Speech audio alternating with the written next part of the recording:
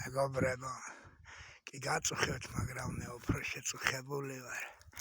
2013 წელს გადახადა აი ამ სახლსა, ქარიშხალმა და სეტყვამ.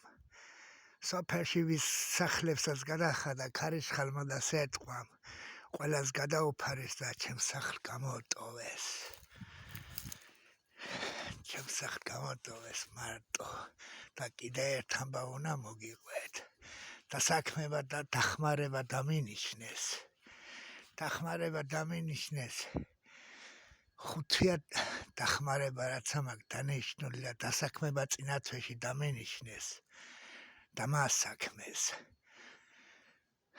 ამ თვეში ცუდად გავხდი ფსიქიკურად თავამტყოფი ხო ვარ, როგორც ეს მთავრობა მთული ეს სახლნაკოთების გულისწინ ფსიქიკურად თავამტყოფ დამარქვეს. ფსიქიკურად თავამტყოფ გამხადეს, სახლნაკოთები წამართვეს და მე კიდე საგიჟეთში გამიშვეს, რომ გიჟიაო აი ამ ადგილების გულისთვის, აი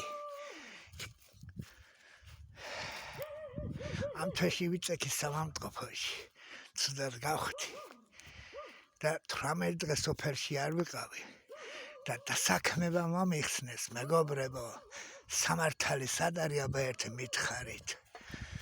ბიზნესი უნდა გქონდეს აწყობილი, რომ დახმარება და დასაქმება დაგინიშნონ. ჩვენ სოფელში თურმე ეგრე არის.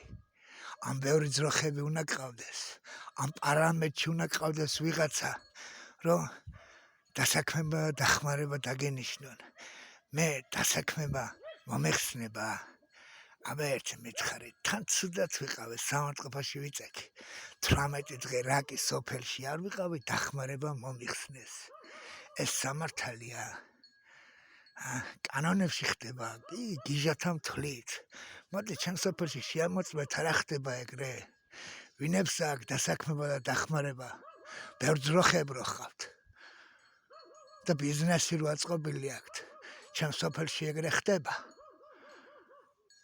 რატო არ ამოწმებთ? სადა ხართ მთავრობა?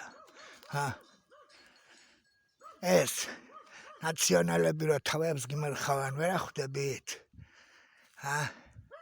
დამეგდეთ ყური, აბა მენაცა კაცო, გიჟი ვარ, იქნება სიმართლესა ვლაპარაკობ. ამ ზამთარს კაი ამინდი მიდის, წვიმა აღარ ჩამოდის. მაგრამ ვაიმე წვიმა რო ჩამომივიდეს, როცა იწვიმებს, წვიმა ჩამოდის. და დილით რო გავიღვიძებს უსველი ამ მთელ კრაუტი.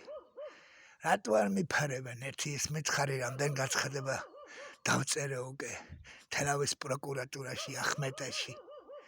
ეს არის სამართალი? სად არის სამართალი? სად ვეძებო მითხარით აბა?